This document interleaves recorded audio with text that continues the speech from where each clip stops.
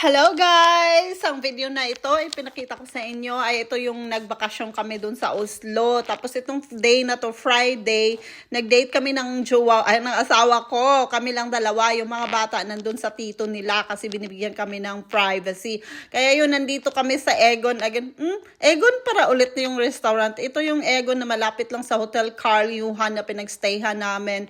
Tapos yun, ayan, medyo napagod kami kasi naglakad-lakad na kami niya ng umaga. Tapos ang in-order ko pala nito guys ay carbonara, pasta carbonara kasi hindi ako masyadong gutom.